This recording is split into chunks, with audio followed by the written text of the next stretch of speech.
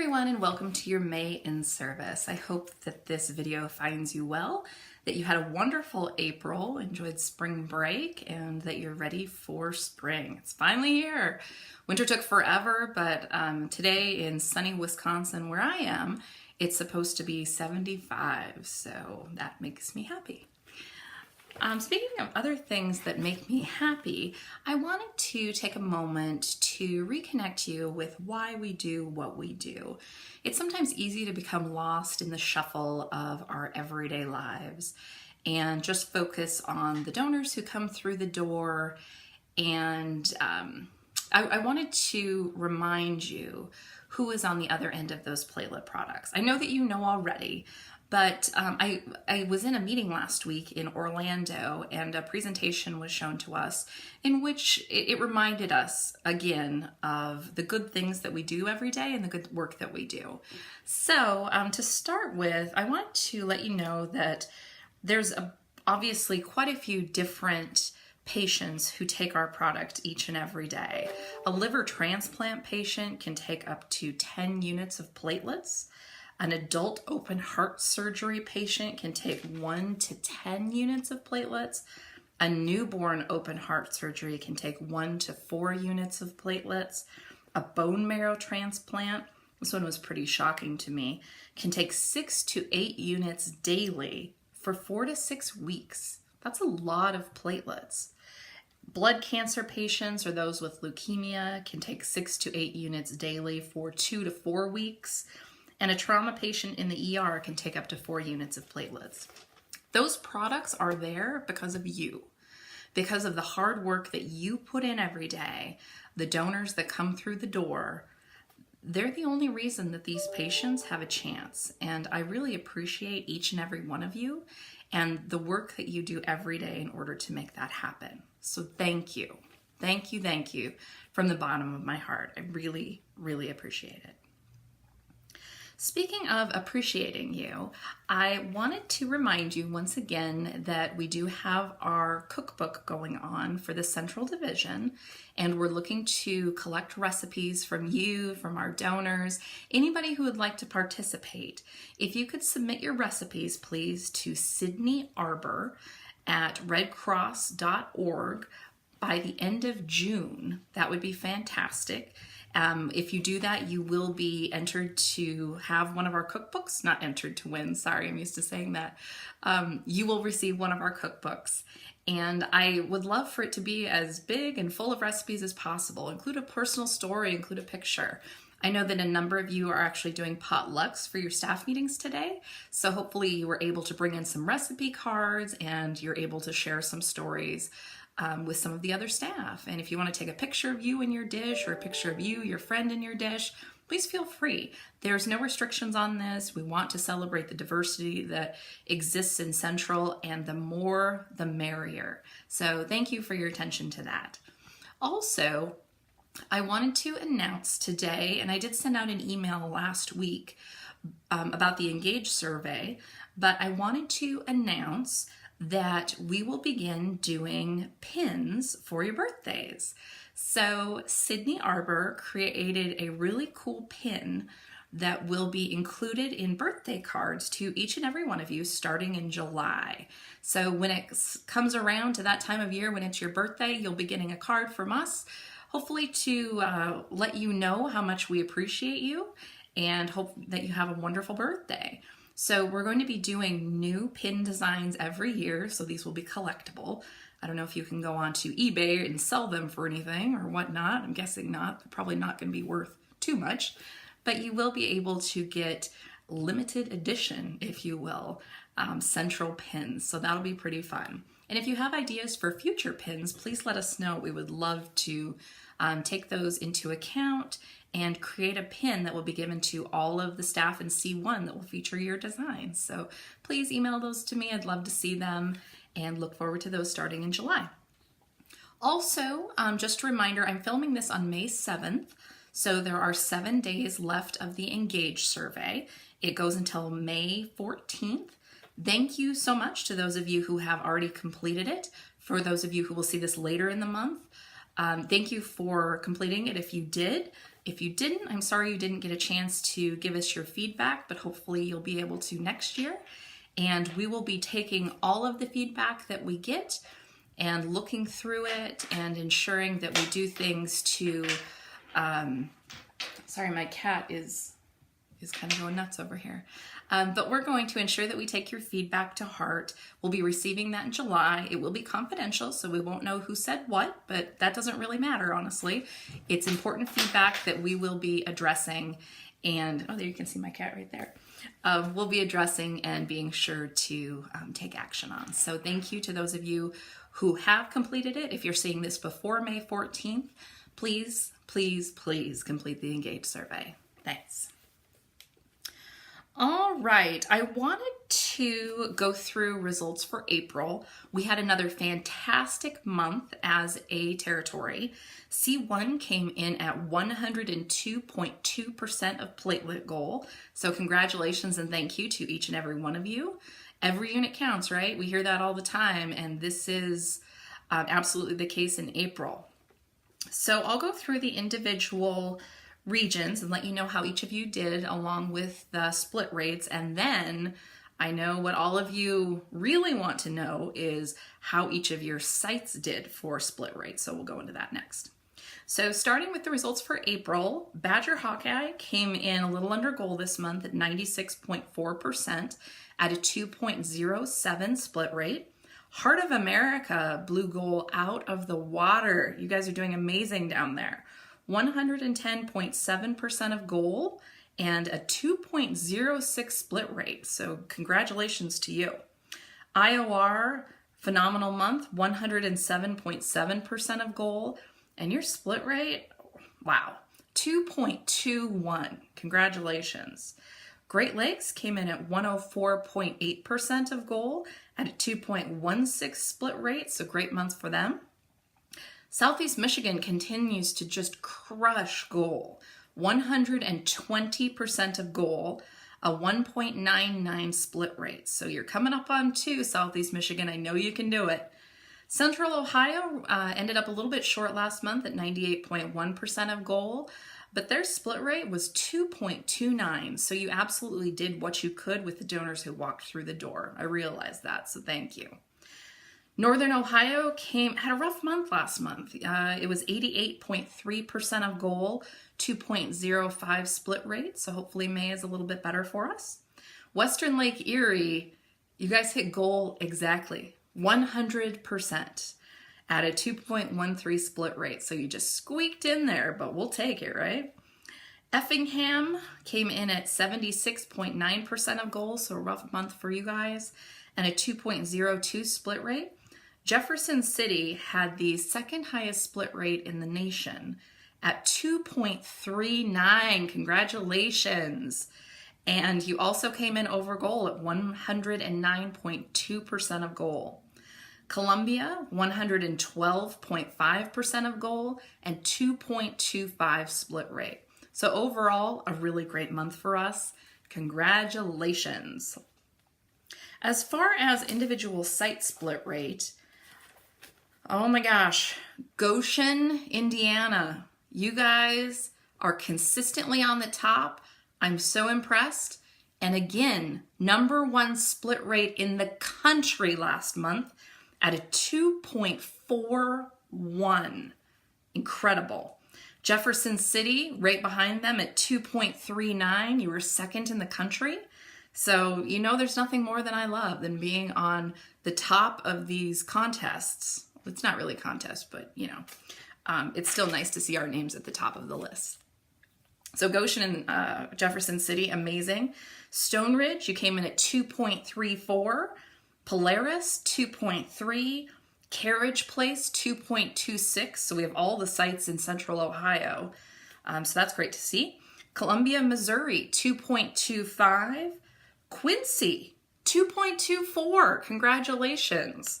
Green Bay, 2.19. La Crosse, 2.15. Fort Wayne, 2.15. Flint, 2.14. Stevens Point, 2.14. Toledo, 2.13. And HOA Mobile, 2.13.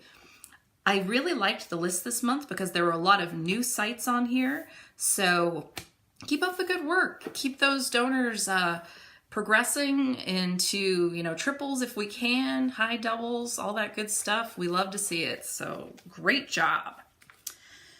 Let's see. Speaking of split rates, I wanted to talk with you guys for a moment about the meeting I went to in Orlando last week.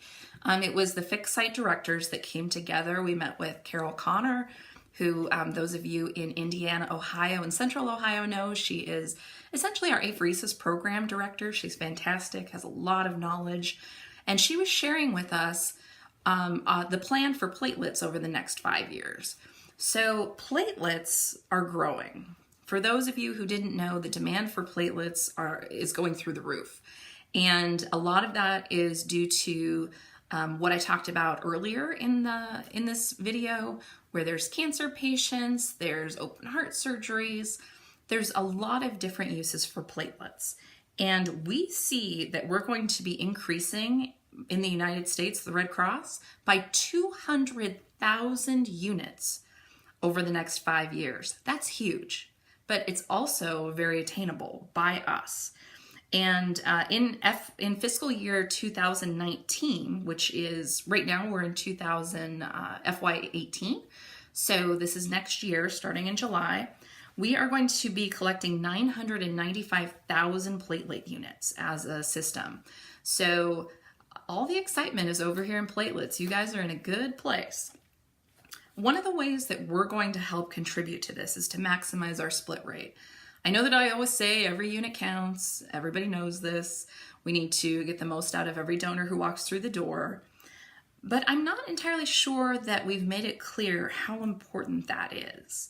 So right now, our system average for our split rate is 2.09. We have 68 sites who are below 2.09. If we brought those 68 sites up to 2.09, we would collect an additional 21,996 units a year. That's huge. So for those of you who maybe are a little bit below that 2.09, it really is important that you focus on the programming protocols, that we ensure that we encourage donors to sit for their entire donation. Amy Lamica will be out and about helping us to increase our split rate for those of us who just aren't quite there. And for those of you who are above 2.09, please keep it up. You are doing fantastic. I'm really happy to see that. There's a number of sites in Central who are doing amazing, and others that could use a little bit of improvement. So you guys will see some initiatives rolled out over the next year or so to help with split rate. And if any of you have any ideas of how to improve it, please let me know, let your manager know, let your supervisor know. We're open to suggestions here. It's going to be a team effort. I know we can do it. I know you can do it. And we're all in this together. Let's see. I wanted to also talk about a couple of programs that we touched on last week at my meeting. One of these is called the First Choice Program. And this is something where we try to encourage donors to make appointments for their next several donations while they're at the donation site before they leave. So obviously, when a donor is donating platelets, we have a captive audience. We know that they're there to give. We know that they're not going anywhere at the moment, and we know that they are interested in being a platelet donor, obviously, if they're there donating at the moment. So if we can take the time and if we get things set up appropriately, we can ensure that donors sign up for a few more appointments. Not just the next one, not just the next two, but 3 or 4 additional appointments. And that will help us to ensure that they come back in a timely manner and hopefully maximize the number of donations that they can make in a year. So there will be quite a bit of information that comes out on that over the coming months. It's not finalized yet, but we're talking about in sites that do have volunteers, having our volunteers wear buttons that talk about making your next several appointments. In sites with coordinators, the coordinators could help with that, encouraging donors to get the app on their phones and have them use the app. All of those are things that we'll be able to use in order to encourage our donors to make multiple appointments. The next initiative that's going to be coming out that I'm really excited about is called the Maximize Your Donation Program. It's also called the On-Site Donor Triage and Conversion Program. And this one is really cool and something that all of you will see the impacts of. Essentially, we want donors to donate the procedure that best fits their blood type. So we want O-negs to donate DRC or Power Reds. We want A-pos donors to donate platelets, etc., etc. You all probably know where donors belong better than I do. But essentially, this will be a new way of encouraging donors to really pick what's best for them, and it will also suggest what's best for them on the donor schedule that we print out every day. So it will have their blood type listed, and it will say donor is recommended to donate Power Reds. And so we'll be able to see that. We don't have to think it through too much. There will be an algorithm that's used in order to determine where the donor best fits. And we can just use that and help try to convert donors to where they really belong. It will also put on there whether the donor is rare, whether it's a sickle cell donor, lots of really cool things that are coming out with that. There will also be a huge banner that we can put behind registration. There will be different kinds of stickers that we can give to the donors that say that they were a plasma donor, a platelet donor, or double red cell donor. So I think that it will be really positively received by the donors and something that'll be pretty cool for us as well. We've been talking about doing something like this forever, and I'm really excited to see it finally rolling out in the right way. So all of you will see that coming down the pike as well over the next few months. All right. The last thing that I wanted to go over today is some really exciting equipment purchases that we're making. We are going to be introducing a number of new donation beds at the sites. So you will be seeing those at some of your sites starting this month, actually in May, through the end of June. We ordered 67 new donor beds for C1. They are the nice black retractable kind that they're electronic and they let the donor tilt back, nice and comfortable with the armrests. A number of them have USB ports in the bed, so donors can actually plug their devices in if they'd like to watch whatever they want, read books, whatever they wish while they're there. So you'll want to, or I'm sure your manager at this point will hopefully pause the video and fill you in on if your site is getting new beds or not. The reason we're only getting 67 for C1 is because that's the number that the manufacturer could make. Actually, there's 200 for the country, 67 for C1. That's the number that the manufacturer could make by the end of June. So there will be, for those of you, if you're not getting new beds right now, you will get them next year. So no worries, we'll get everybody covered. It was just a time constraint for the manufacturer if you're not getting them by the end of June. So we'll be able to look out for those, and those will be very cool, I think. Also, we have reached a partnership with Netflix, which is really exciting. And on these new beds, you'll see that they come with a TV mount and a TV. So that is going to be part of the bed when it arrives. And we have also ordered these TV mounts and TVs for all of the other beds in the system. So every single bed in C1 will be equipped with one of these. And we have reached an agreement with Netflix that they are actually donating the money to make this happen. This has been a long time coming and something that will likely still take quite a while, but it is coming.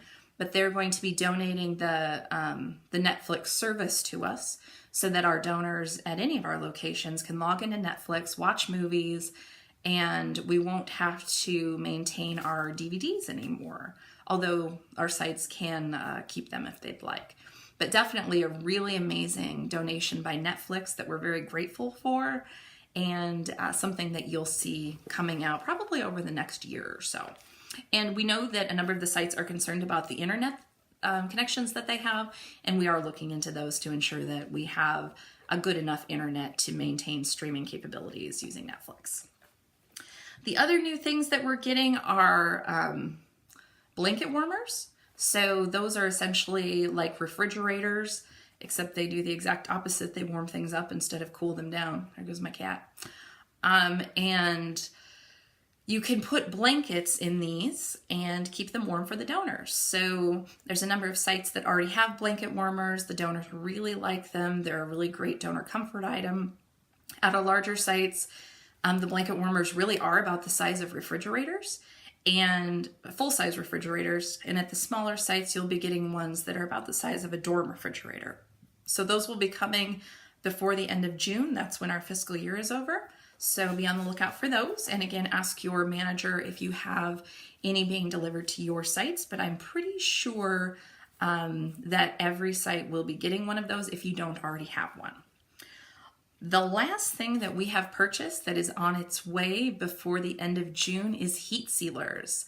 So we've been using grommets at a number of sites. I know those are a huge pain to put on the tubing, and the lab doesn't really like them either. The reason that we're moving towards this heat sealer is because we can't put grommets in a radiator at the manufacturing sites, and so we really need to ensure that we're heat sealing all of those units. So we've ordered heat sealers. I forget how many for the whole area, but there's 70 some or something like that. And they will be coming in before June. So for those of you who already use heat sealers, it'll be pretty seamless. You'll just probably be getting more of them. And for sites who don't currently use heat sealers, you will be provided training in order to use those, and ensure that you are trained before you use them. Otherwise, it will be a performing task without training, and we don't want that to happen. So again, connect with your manager. They'll let you know exactly how many are coming, and those will be arriving by the end of June. So I think that's all for me. But in closing, I hope everybody has a wonderful May. Thank you again for all of the work that you've been doing. Please email me if there's anything in particular that you would like to see in these upcoming videos. I'm more than happy to include them. And my phone number again is 509-969-1999. Thanks for everything that you do. Bye.